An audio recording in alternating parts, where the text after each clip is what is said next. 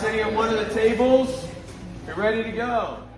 It teaches them real world applications, and everyone needs to be financially fit and understand money and how to make it grow, how to save it. This gave them the opportunity to see what it looks like with some of the things that are tangible to them, like transportation or having children, and see how that impacts them in their financial household and their financial future. It was a really positive experience. I feel like I learned more about credit scores and what I'm supposed to be doing in the next coming years as I go into college to set myself up for success.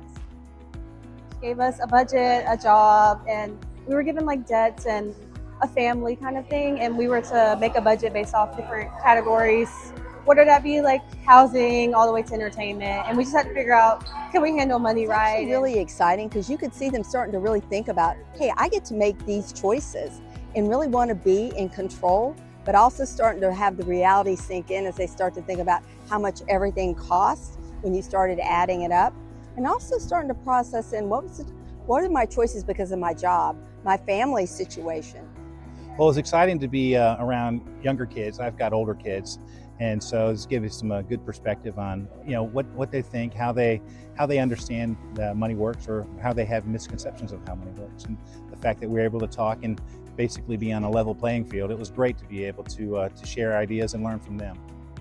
We celebrate our foundation's 10th anniversary alongside the First Commerce 85th anniversary, 85 years in our community.